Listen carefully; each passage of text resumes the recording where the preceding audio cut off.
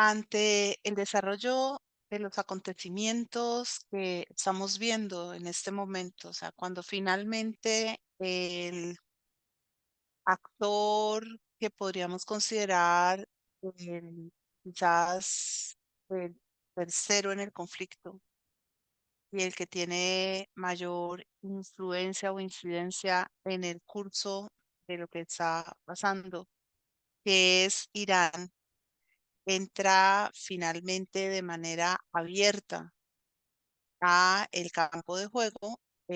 Nosotros entonces sentimos la necesidad de mirar en esta dirección. Bienvenida, María Isabel, qué rico que estés con nosotros.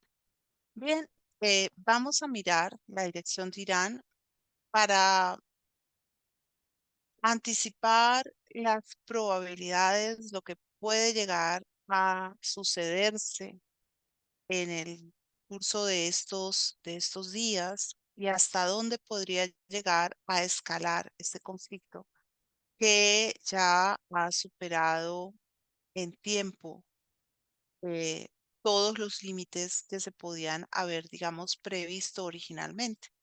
Cuando Hamas vulneró las defensas de Israel, nosotros nos inmediatamente nos centramos en lo que estaba pasando justamente allí.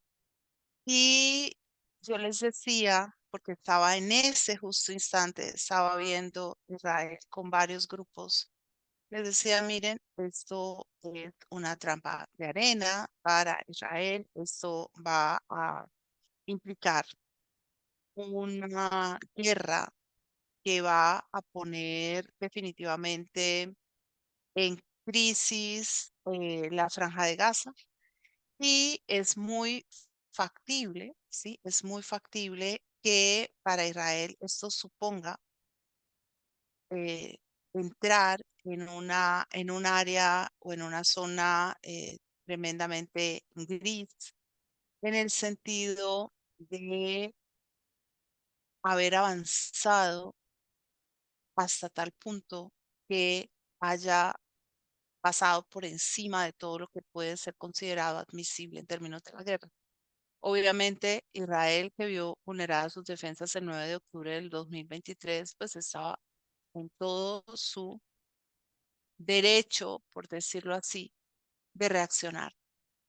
Hace unos días estábamos viendo las últimas intervenciones de Israel contra Hezbollah y la manera como habían logrado no solamente dar muerte al máximo líder de Hezbollah, sino también causar un impacto fuertísimo en gran parte de la estructura de mando de de ese cuerpo, digamos, de militancia, a través de lo que fueron los atentados de los beepers y de los walkie-talkies. Pero a esto se siguió la invasión o la incursión directa sobre el Líbano, que nos trae a la memoria momentos muy dramáticos del pasado. Y fuera de eso, vimos por primera vez la intervención de Irán, quien sin lugar a dudas ha estado permanentemente tras todos estos acontecimientos al ser el máximo financista de Hamas, de Hezbollah y de la guerrilla de los hutíes. Cuando uno se va a enfrentar a un antagonista como Irán, es muy importante conocerlo. Y es muy importante saber un poco de su historia, de lo que ha sido el curso de su relación con Occidente y con los otros países islámicos. También nos vamos a interesar en ver cuáles son las amenazas reales que puede suponer Irán en relación a esto que está ocurriendo y que hasta la fecha se ha quedado más bien contenido, si es que puede decir contenido, entre Israel y el Líbano. O sea, Irán ha atacado a Israel, pero hasta ahorita, hasta donde yo tengo claro, no ha habido una contraofensiva de Israel sobre Irán, porque eso ya escala. a otra fase y es una fase posible, pero no sabemos hasta qué punto es una fase deseable. Por un momento, Israel está logrando sus, digamos, sus metas y puede alcanzar, dándole seguimiento al conflicto, unos grados de desenvolvimiento y de solución a las cosas muy superiores a los que uno podría llegar a creer. Es decir, podría llegar Israel a través de esta ofensiva a dejar reducidos a Hamas, a los hutíes, a Hezbollah y a la mismo Irán a una condición de, de inoperancia o de muy limitada capacidad ofensiva. Porque, como vamos a ver, una cosa es Irán apoyando a terceros y otra cosa sería Irán poniéndose al frente cuando sabe que el ejército y la capacidad bélica de Israel es muy superior, que no tendría que enfrentar únicamente a Israel, sino básicamente a todo Occidente, empezando por Estados Unidos. Pero de eso vamos a hablar mañana. Vamos a hablar de cómo, como dicen en la televisión, de cómo se conocieron papá y mamá, es decir, de cómo ha evolucionado Irán para poder también saber cómo se posiciona Irán dentro de la región. Nosotros sabemos que en el territorio iraní está situada la mayor cantidad de población chiita del mundo islámico, que el chiismo es una derivación muy distinta del sunismo. Mañana hablamos también un poquito sobre eso. Y que eso hace que Irán sea una nación con unas características únicas dentro del mundo árabe y del mundo islámico. Bien, Irán entra en la mira de Occidente ya empezando el siglo XX, cuando en 1908 los británicos logran descubrir petróleo. El petróleo ya está previsto a ser el combustible del futuro y el Reino Unido hace una serie de exploraciones tanto en Arabia Saudita como en Irak como en Irán.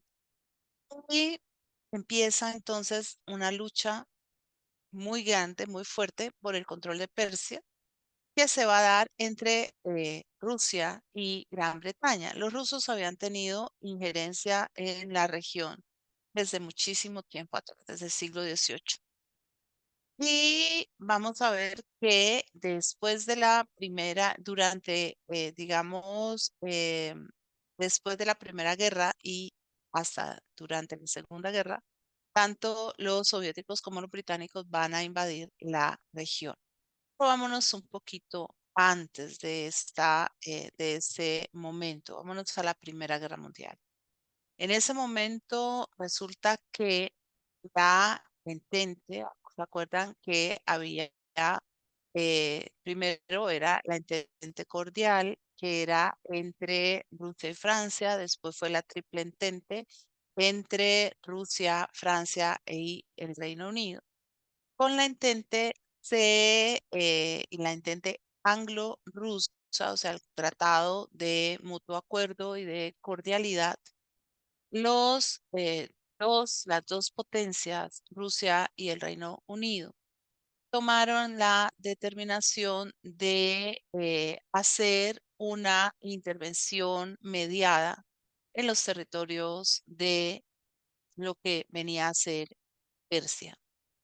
Y de esta manera, los británicos, los rusos, invadieron Irán, al igual que los otomanos, y se enfrentaron en ese territorio.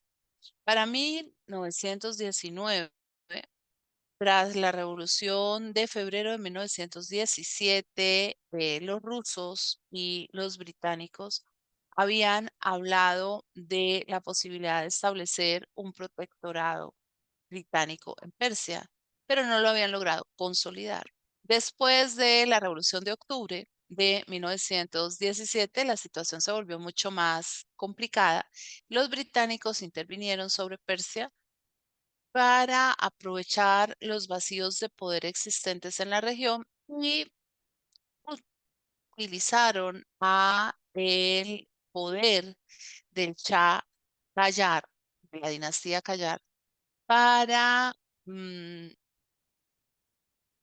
hacer una serie de acuerdos, sobre todo en relación con el manejo del petróleo, que fueran completamente convenientes a el Reino Unido. Pero esto hizo que la dinastía Qajar o Qajar se desprestigiara de una manera significativa. Y varios de los miembros del ejército iraní empezaron a pensar en la necesidad de dar un golpe de Estado y de transformar la forma de la administración del Estado de Irán para limitar la intervención extranjera y lograr una modernización de las instituciones del país. Este golpe de Estado finalmente se orquestó, lo dio en 1921 un joven militar, su nombre era Reza Khan, y él junto con 3.000 hombres y 18 ametralladoras tomaron el control de la capital de Teherán, siendo aclamados por el pueblo que se sentía liberado por estos militares de el control del que estaba siendo víctima u objeto. En 1925, el monarca que hasta ese momento se había mantenido en el trono, pero se ha mantenido en el trono, digamos, como una figura, simplemente una figura representativa de autoridad, pero sin poder real, fue definitivamente desplazado, fue definitivamente depuesto. Él para ese momento ya estaba fuera del territorio de Irán y Reza Khan, que había sido muy cuidadoso en la manera en que se proponía a sí mismo como relevo militar, como relevo gubernamental, se autoproclamó Shah de Irán. Shah quiere decir César. O sea, esta denominación la van a retomar casi todos los pueblos de los romanos. Y toma un nuevo nombre que es el de Shah Reza Pahlavi y de esta manera da origen a una nueva dinastía. Este hombre que llega al poder en Irán por la fuerza va a hacer una serie de transformaciones extraordinarias. Él va a tomar como modelo a Mustafa Kemal Atatürk y va a intentar hacer lo mismo que ha hecho Kemal en el caso de Turquía, es decir, una transformación fundamental de los establecimientos de gobierno para modernizarlos al modo occidental, para lograr una secularización del Estado, es decir, marginar por completo a los clérigos chiíes de la participación en la toma de decisiones que puedan tener relación con la forma como el gobierno se organiza. Él, además de esto, va a ser un hombre muy inquieto y va a dar curso al desarrollo de la vía férrea entre el Golfo Pérsico y el Mar Caspio. Y para eso él crea un impuesto moderno sobre el té y el azúcar.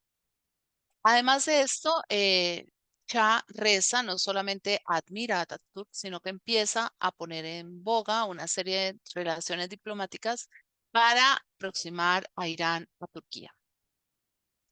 Eh, pero mm, tiene una piedra en el zapato. Y esa piedra en el zapato es bastante seria, porque realmente no es una, son dos. Una es la injerencia del Reino Unido, tiene el control sobre las concesiones petroleras de Irán. Miren, es absolutamente enloquecedor, absolutamente estrambótico lo que eran las concesiones de petróleo eh, de los británicos en Irán.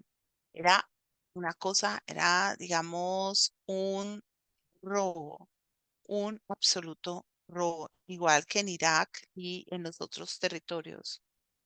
Era algo tan significativo que en toda la operación de extracción del petróleo, el Reino Unido se quedaba básicamente con el 80-90% de las regalías y solamente un margen que iba entre el 20 y el 10, el 20 y el 30% quedaba para Irán.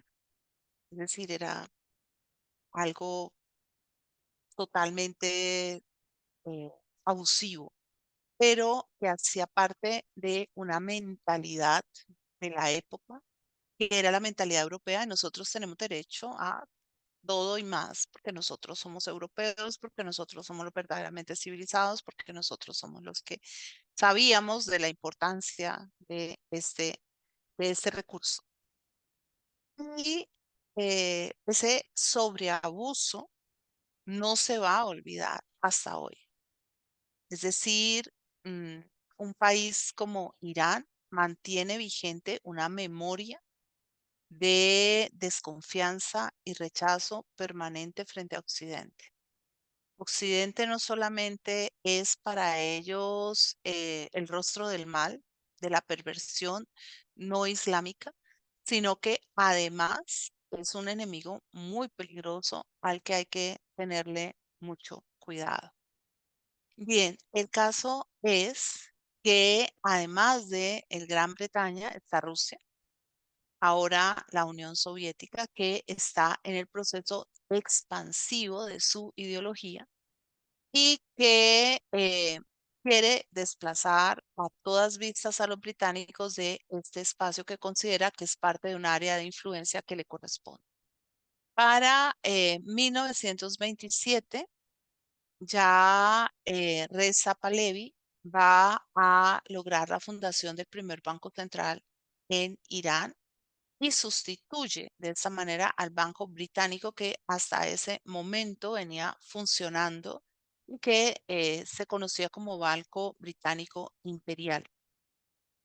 De esta manera, Persia, Irán, recobra la capacidad de ser el único emisor de papel moneda en el país. Para octubre de 1927, Reza Pahlavi crea, además, o da todo lo necesario para que se cree una compañía de pesca que sea una cooperación entre Irán y la Unión Soviética y que debe durar 25 años, pero siempre bajo la más absoluta supervisión de las posibilidades de los soviéticos de tratar de expandirse a partir de ahí, más allá de lo conveniente.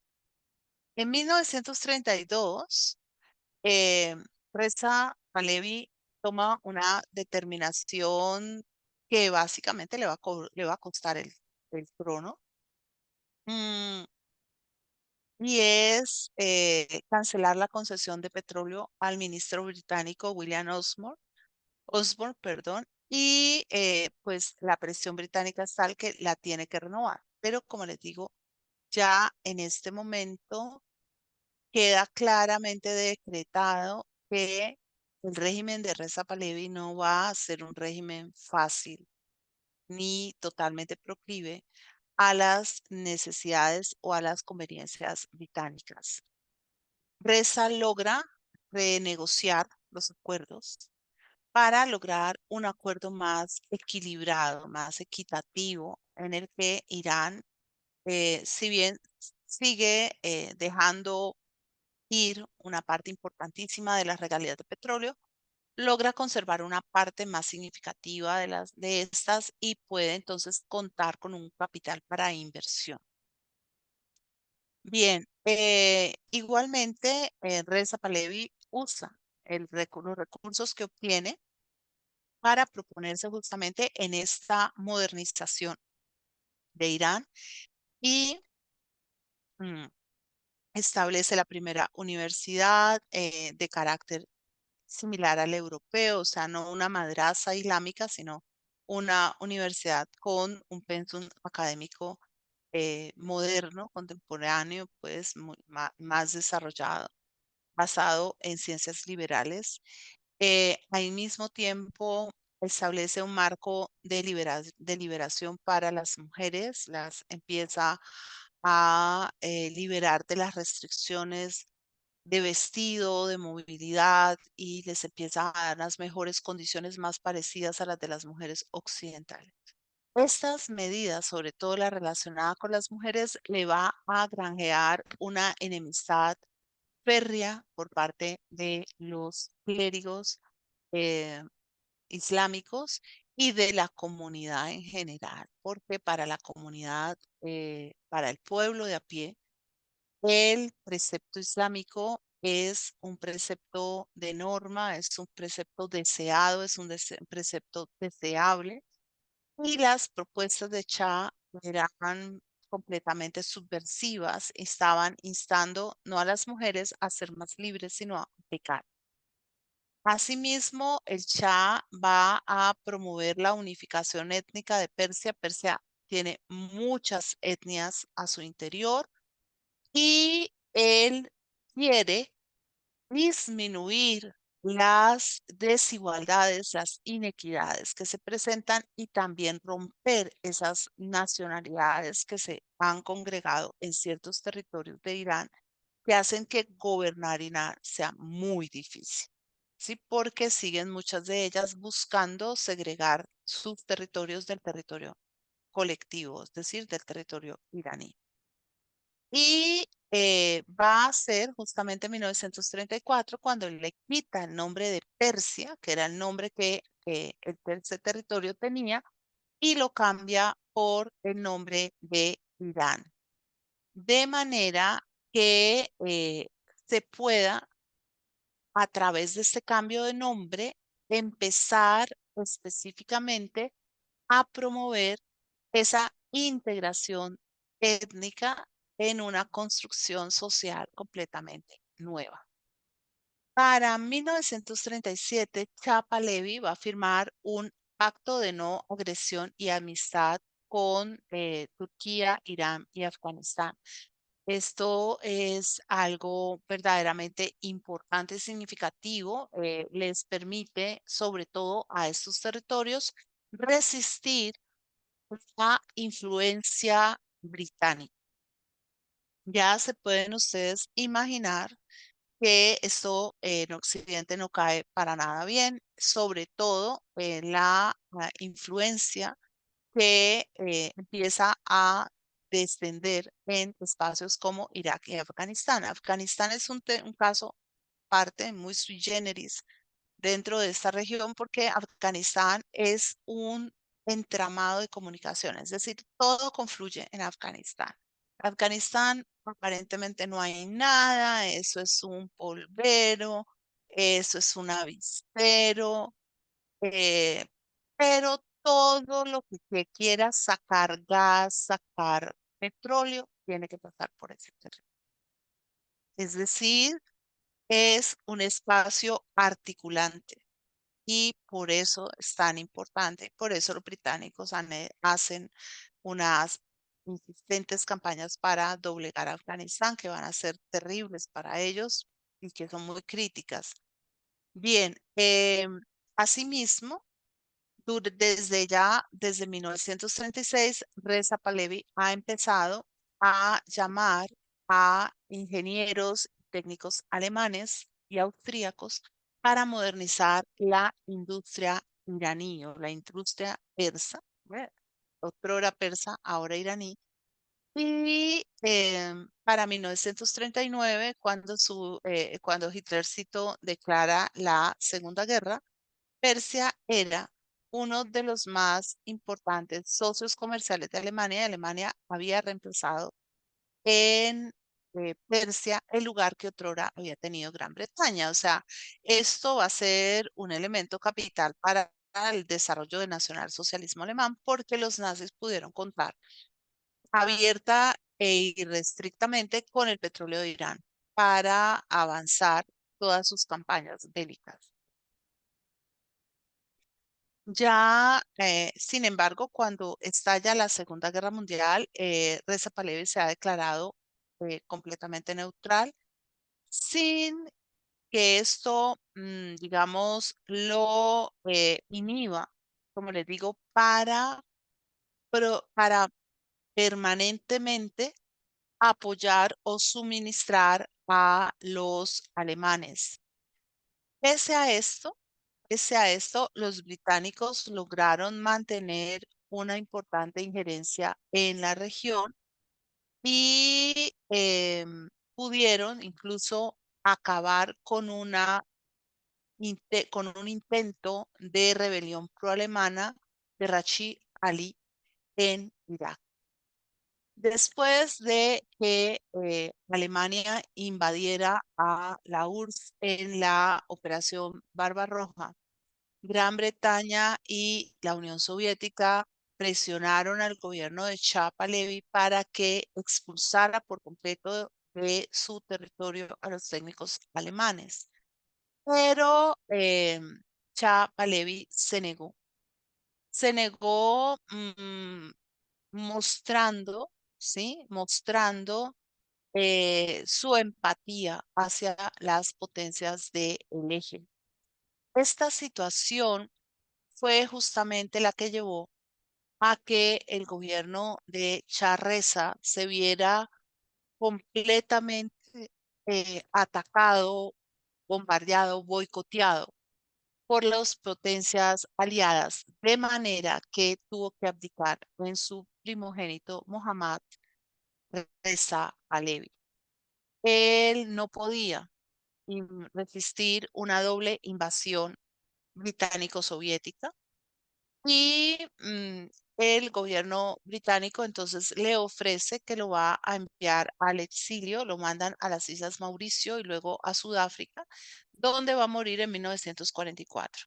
En 1974, su hijo, el Shah Reza Pahlavi, lo va a hacer repatriar y le va a dar un funeral de Estado. Este hombre fue fantástico en muchas cosas, problemático en otras.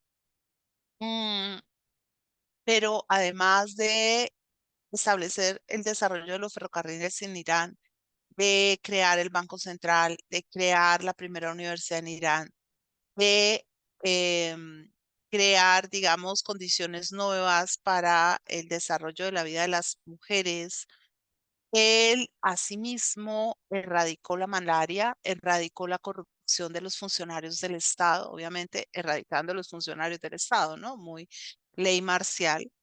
Em, y además de esto, creó escuelas seculares no vinculadas a la ley de la Sharia, no vinculadas al Islam, no vinculadas a las madrazas. Y creó por primera vez, al igual que hizo Atatürk con los turcos, los certificados de nacimiento para los iraníes que ahora tenían una existencia concreta frente al Estado.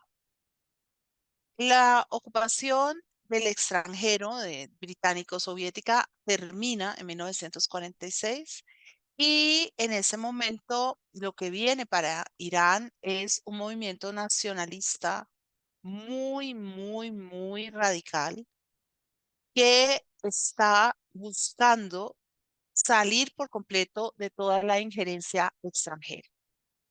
En 1947, el líder de ese movimiento es exactamente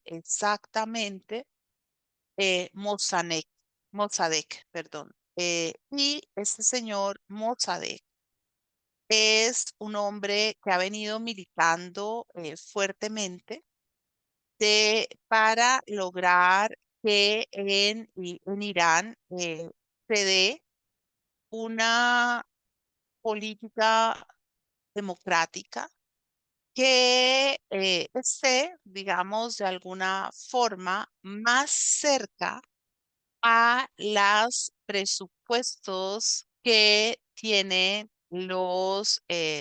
tenían los rusos.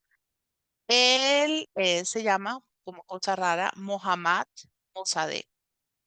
Y en 1947 presenta una ley de reforma electoral a el Majlis, que es el parlamento iraní. Pero esa reforma no pasa y él está, digamos, ya casi que listo para retirarse, se retira un tiempo, eso crea una crisis política, Irán está sobreaguando, el Shah es alguien sumamente joven. En medio de esta coyuntura, el 28 de abril de 1951, el Shah recibe el informe de que el Majlis ha votado como primer ministro a Mohammad Mossadegh con una votación de 79 votos a favor contra 12. Al Shah esto no le es completamente feliz, pero tampoco lo ve como absolutamente desfavorable, lo ve como algo inevitable, él no puede hacer nada, tiene que aceptarlo.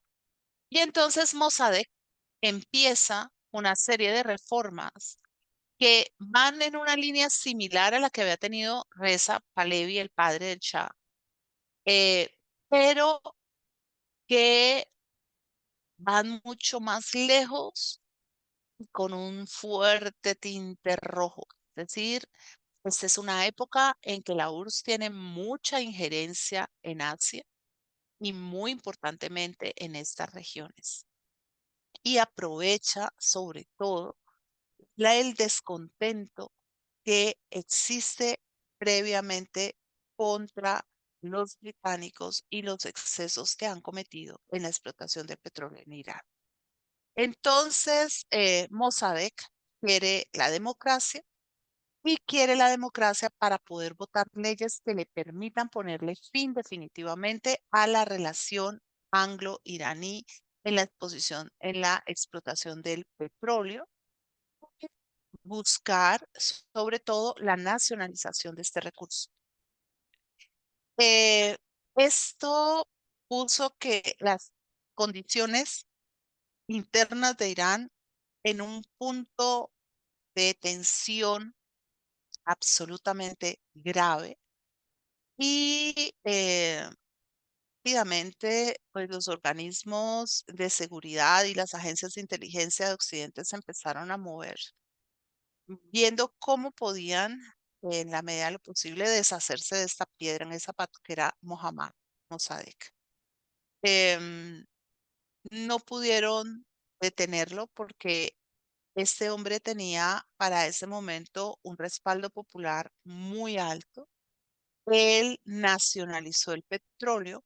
Cuando él nacionalizó el petróleo, entonces saltaron completamente todas las alarmas y el primero en moverse fue Estados Unidos, con la política de la época. O sea, que no era la política de hoy en día, de los juegos diplomáticos y mediando muchos asuntos, sino que era una política mucho más directa y más intervencionista, ¿sí? Hoy en día tenemos que tener en cuenta que no es tan sencillo como a veces nos lo quieren hacer parecer. O sea, no, es que Biden le da miedo, no, es que a este le da miedo, a este no le da miedo, no, es que hay demasiados elementos en juego, hay demasiados intereses, son muy grandes. Bien, inmediatamente Mossadegh hace esta jugada. El Reino Unido propicia un bloqueo comercial y empieza junto con Estados Unidos a plantear la posibilidad de un golpe de Estado contra Mossadegh, un golpe de Estado apoyado y promovido por el propio Shah, con la idea de suplantar el gobierno de Mossadegh, que era un gobierno, digamos, de una base relativamente popular, por el gobierno desde arriba del Shah, ¿sí? El Shah, conocedor absoluto de lo que se estaba tramando, se basó obviamente en la información y en el apoyo que le daba la CIA y empezó a jugar sus propias cartas. Lo primero que hizo fue el 13 de agosto de 1953 firmar el decreto con el que destituía a Mohammad Mossadegh y nombraba a un coronel de total confianza, el coronel Fasollah Zahedi, como el primer ministro. Y inmediatamente hizo esto. tomó la decisión de nombrar al que fuera el suegro de su hija, Shanaz Pahlavi, eh, para que tuviera también una gran injerencia en el gobierno. Pero Mohammad Mossadegh no era para nada ningún tonto. Y cuando llegaron a traerle el documento en el que se establecía su arresto, inmediatamente lo que hizo fue arrestar, usar el poder que tenía para hacer arrestar a el coronel que le estaba llevando el documento de destitución, que era el Nematollah Nasiri. Nematollah Nasiri después se convertirá en el hombre de confianza, en el hombre de mayor apoyo, el Shah de Irán, en uno de los establecimientos más brutales de toda la historia iraní, que fue la Sabak. La Sabak de los iraníes solo era quizás eh, equiparable a la a la checa rusa. O sea, a esos los derechos humanos les pasaban, pero volando por los lados, no los tocaban ni de lejos. El Shah, ante esta situación que yo creo que ya habían previsto, o sea, era totalmente claro que Mossadegh no iba a caer tan fácilmente y que tenía demasiado respaldo todavía en Irán, o sea que lo que necesitaban era desvincular la figura del Shah de la figura de Mossadegh y al mismo tiempo sacar al Shah de Irán, cosa que hicieron, lo llevaron primero a Estados Unidos y después al Reino Unido, y de esta manera afianzar la relación de Estados Unidos y del Reino Unido con el Shah, pero también poder aplicar sanciones críticas sobre Irán que generaran un malestar interior tan grande como para que Mossadegh perdiera gran parte del apoyo que hasta ese momento tenía. Y esto que estamos viendo que está tan en el pasado, está muy relacionado con lo que está pasando ahorita. Mm, Nosotros vamos a ver cómo detrás de todo esto, que supuestamente es la cuestión palestina, que es Hezbollah, que es Hamas, que es el Estado de Israel, está el petróleo.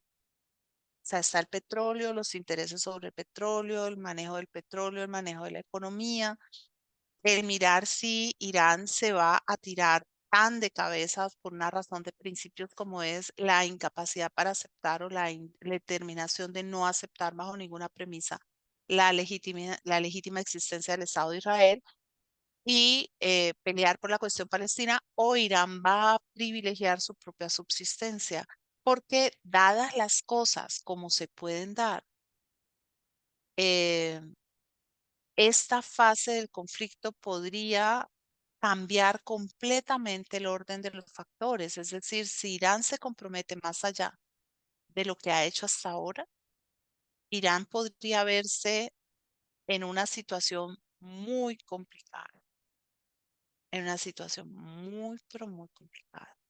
Podría llevar al mundo al desastre, pero él mismo se podría ir al desastre. Y el desastre, como les digo, no es nuclear, sino de petróleo. Y eso lo profundizo, como les digo, mañana. Bien, inmediatamente sale el Shah, las calles se llenan de multitudes de personas respaldando a Mossadegh y cuestionando las decisiones del Shah.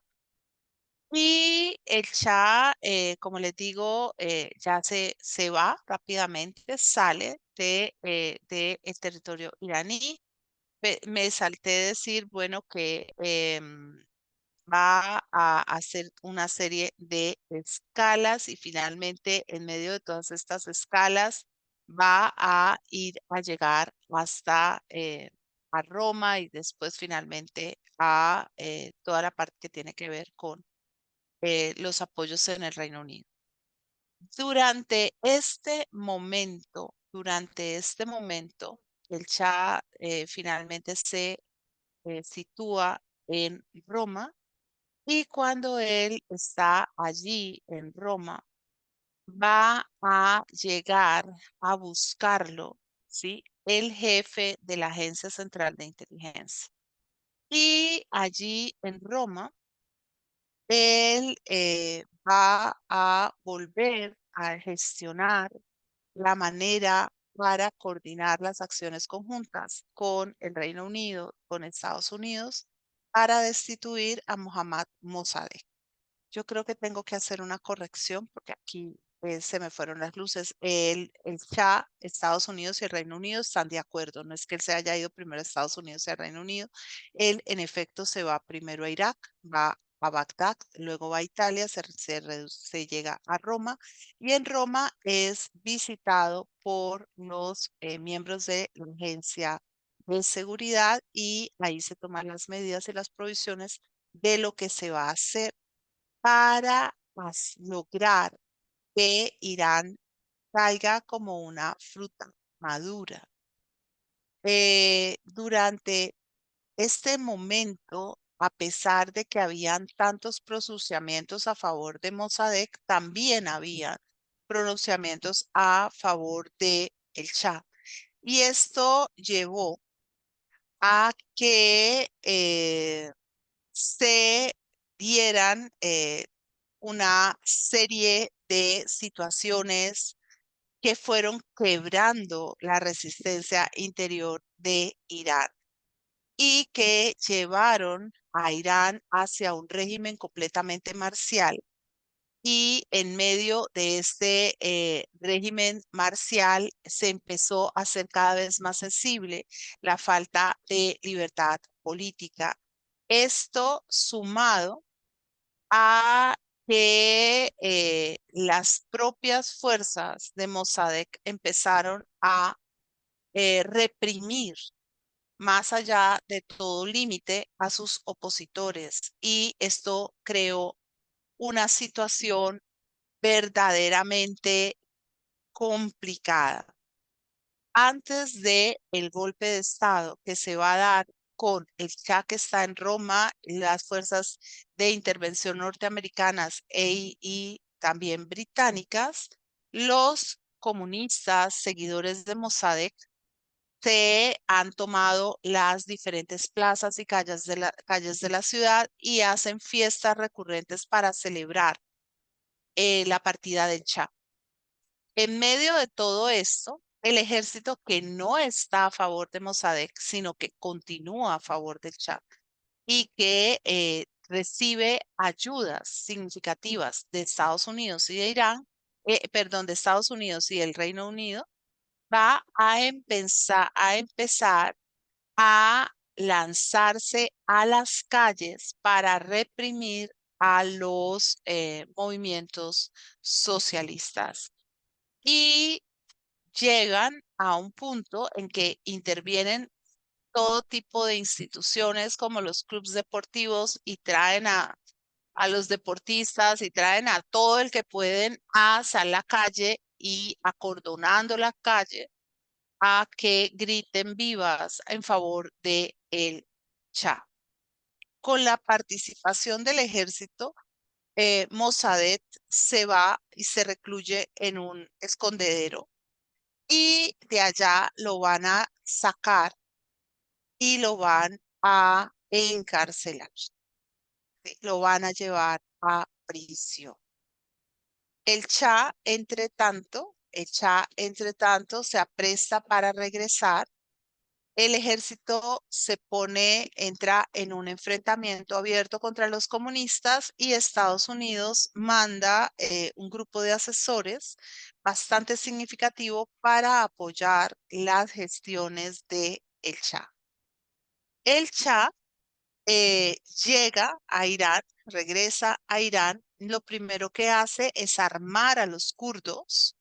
Los kurdos están en la frontera entre Irán e Irak y arma a esta población que es islámica, que está, digamos, reclamando un territorio propio de carácter nacional, los arma para enfrentar a un joven militar que se ha vuelto un problema sobremanera grave y digamos, es un rival o es un enemigo a la influencia de Occidente porque ellos también, digamos, él también tiene una intención anti-occidental y este joven es nada más y nada menos que Saddam Hussein.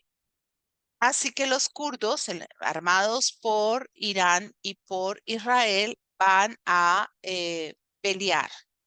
El Shah, a partir de ese momento, se desprestigia por completo entre los pueblos islámicos y pasa a ser observado como habían sido la dinastía Qajar como una marioneta de los Estados Unidos. El Shah empieza en 1963, ya una vez controlado el territorio iraní y ya consolidada su base de poder, una revolución siguiendo los lineamientos de la revolución o de los cambios creados por su padre, que se va a considerar y se va a llamar la Revolución Blanca.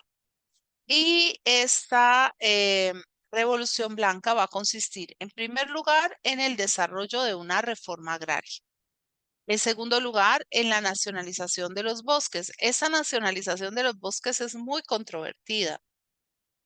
Mm, Porque además hay que considerar que para este momento Irán era un territorio donde la mayoría de la gente cocinaba con leña. Entonces ahí la privatización, la nacionalización de los bosques suponía que el Estado pasaba a controlar un recurso fundamental para la población.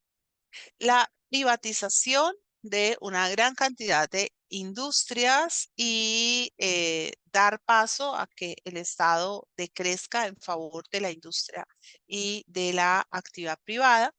Y una de las cosas más terribles a la luz de la población iraní en general, que fue el otorgar el voto a las mujeres.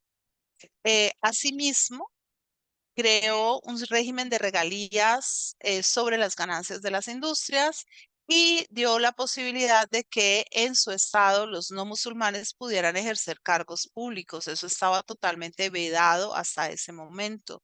Asimismo, dio curso a una serie de campañas de alfabetización.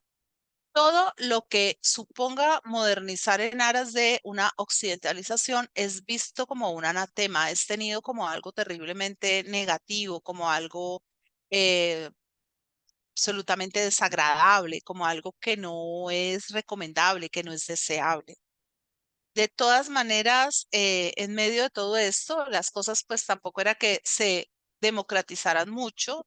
El Shah recibió la influencia de Estados Unidos y de varios asesores y llegó a la conclusión de que para qué más partidos políticos, que con uno solo era suficiente y que este sería el partido del rey.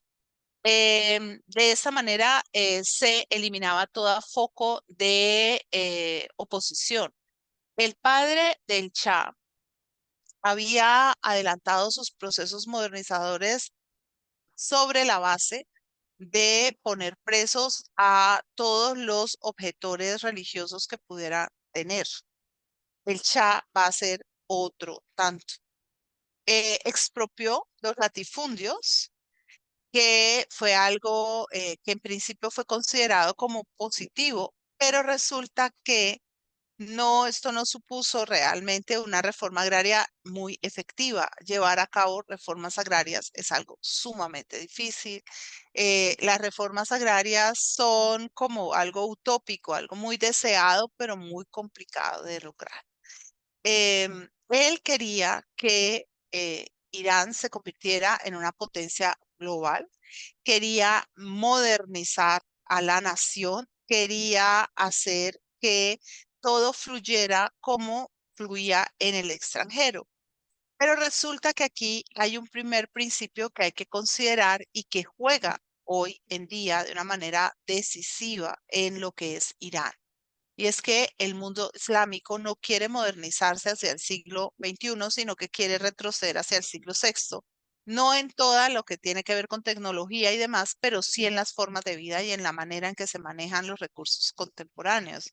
Entonces, toda esa política del Shah, en lugar de ser algo aceptado como algo positivo, fue algo que se convirtió en algo terriblemente negativo y que generó mucho, pero mucho malestar, sobre todo porque quienes tenían que hacer la redistribución de los recursos no lo hicieron, o mejor dicho, sí la hicieron, pero la hicieron acomodaticiamente, simplemente se hicieron ellos a los recursos. En 1967 Reza Pahlavi se corona como Shah en una de las ceremonias más fastuosas del mundo. Vienen personalidades de todos los lugares y se gastan cifras astronómicas en un derroche de riqueza absolutamente inimaginable.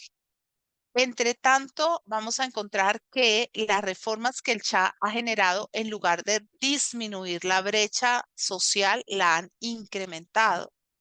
Así que mientras el Shah desfilaba con coronas y capas y joyas, el 42% de la población que habitaba la ciudad de Teherán no tenía casa, vivía en barriadas y en condiciones de miseria.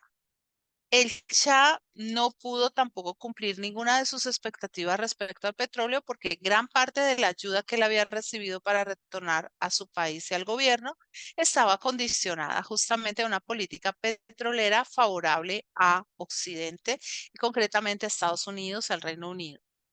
Bien, durante todo ese tiempo, Irán queda muy por debajo de los estándares y de los indicativos económicos del resto del mundo o de los países del Medio Oriente. Tiene uno de los índices más altos de mortalidad infantil y uno de los más bajos en relación a desarrollo de educación. En 1971 se celebraban los 2500 años del Imperio Persa y Reza Pahlavi y su corte deciden celebrarlo por todo lo alto en Persépolis.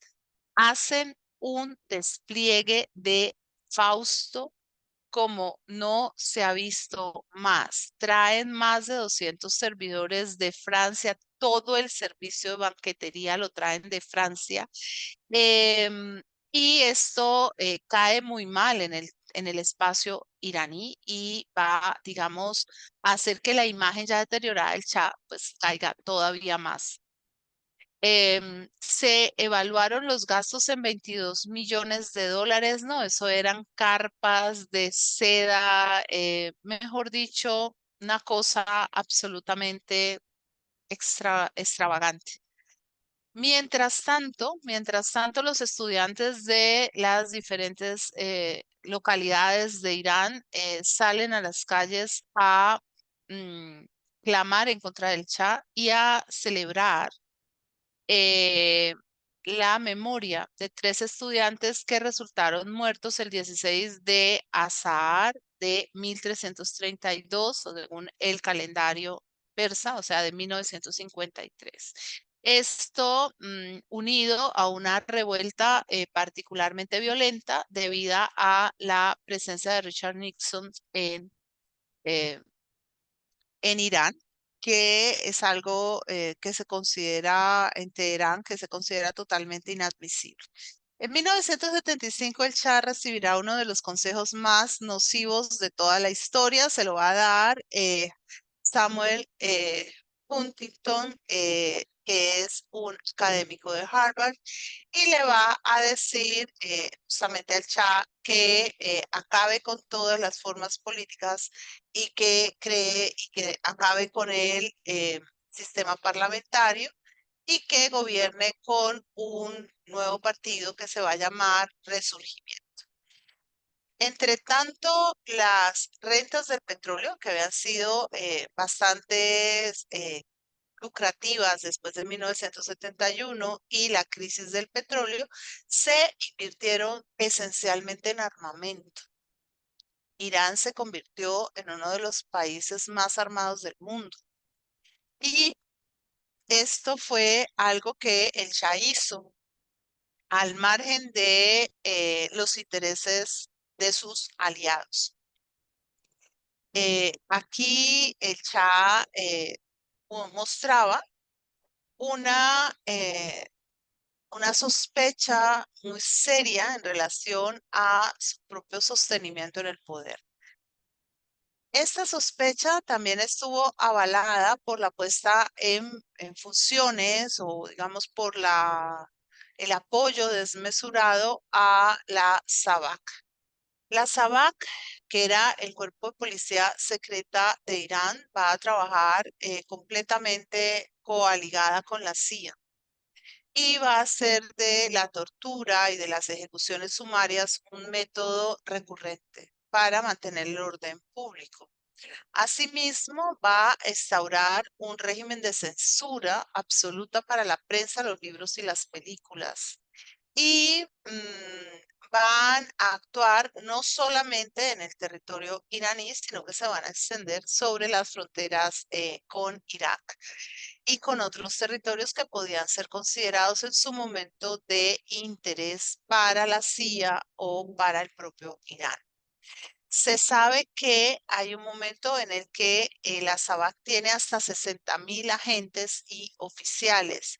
Su punto de inflexión se da en 1971 cuando hay un ataque por parte de la organización de guerrilleros fedayines del pueblo de Irán contra el puesto de gendarmería iraní en la población Yulani de Shiakal, junto al mar Caspio. ¿Por qué esto es tan serio? ¿Qué es tan importante? Bueno, empezamos por decir y recordar que los fedayines son los combatientes del Islam, que no son mujahidines, es decir, que no son guerreros suicidas, sino que son simplemente guerreros del Islam.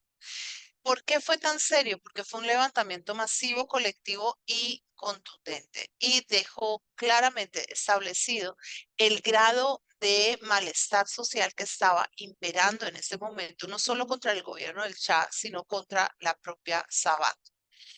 Así que entre 1971 y 1979, la SAVAK va a asesinar a 368 guerrilleros y por lo menos a otros 100 prisioneros y políticos y se va a ganar la, el odio masivo de la población iraní. Y este odio masivo de la población iraní se va a ver manifestado en la revolución de 1979, de manera que pocos de los más de 4.000 agentes de la SAVAK lograron sobrevivir a la revolución.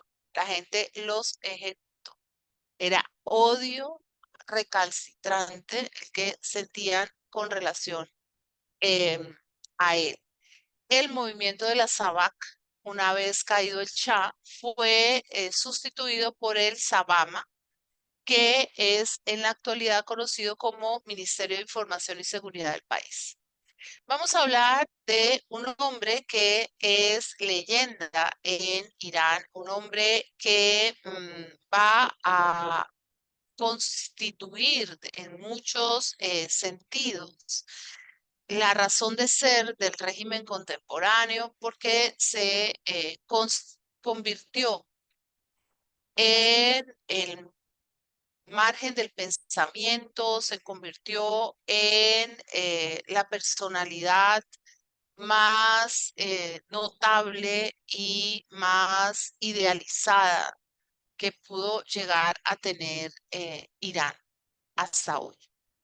El Ayatolá Ruhollah Khomeini, un hombre del que hemos oído hablar mucho y del que a veces sabemos poco. Ruhollah Khomeini venía de linaje de pequeños terratenientes y clérigos y comerciantes originario de la India. Sus antepasados habían inmigrado a Irán desde su hogar original en Nishapur en el siglo XVIII. Y desde sus primeros momentos, este linaje de hombres había acreditado tener una disposición radical en términos de la defensa del Islam y de lo que ellos consideran era fundamentalmente la ley del Corán. Resulta que ellos habían venido originalmente a la región nororiental de Irán. La idea no era quedarse permanentemente allí, Allí, en esta región, lo que existía era un gobierno de 12 musulmanes chiitas de origen persa. Y durante este tiempo, estos gobernantes chiitas habían recibido un flujo importante de migrantes, eruditos, poetas, juristas, arquitectos, pintores, y los habían acogido allí en este territorio. O sea que era un territorio de unas condiciones sumamente ricas. Y luego el linaje de Khomeini se devolvió a la India y allí se quedaron hasta que el abuelo paterno del Ayatollah Khomeini, Seyed Hamad Musavi Hindi, que había nacido en Kintor, sale de Lucknow en India en 1830 y viene a peregrinar a la tumba del profeta Ali en Najaf, en Irak. Y ya nunca más regresa. Él, en 1834, él visita Persia y en 1839 se instala en el pueblo, en la localidad de Khomeini, donde se queda junto con su familia. El abuelo de Khomeini, Mirza Ahmad Mojtahed Koshari, era un clérigo. Y un clérigo, el otro abuelo de Khomeini, que un clérigo sumamente importante porque él fue uno de los que establecieron una fatua famosa, que era la fatua por la que se prohibía el consumo de tabaco, como una manera de protestar frente a la explotación de la que eran víctimas los campesinos a través del régimen impositivo de los británicos.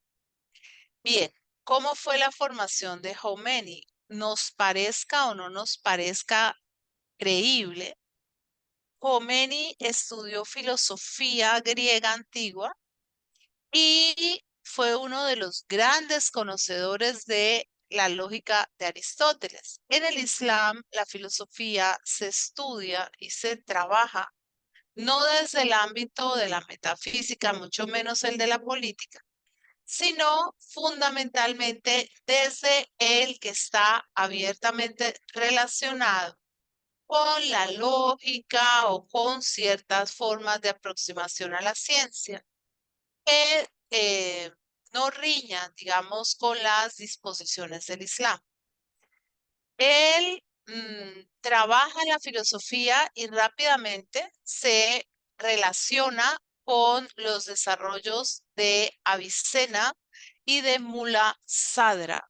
Lo sigue y él es un hombre de una lucidez intelectual aterradora. O sea, es un hombre que destaca por sus dominios de la literatura, por su dominio de la poesía, que la poesía en el Islam tiene tantos elementos del pensamiento. Y ya desde la adolescencia se dice que él había compuesto poesía mística, política y social. Entre las obras que él va a producir están El Confidente, La Jarra de Amor, El Punto de Inflexión y Diván. Vamos ahora a cambiar de presentación. Un segundito. Y nos tomamos 2 minuticos entonces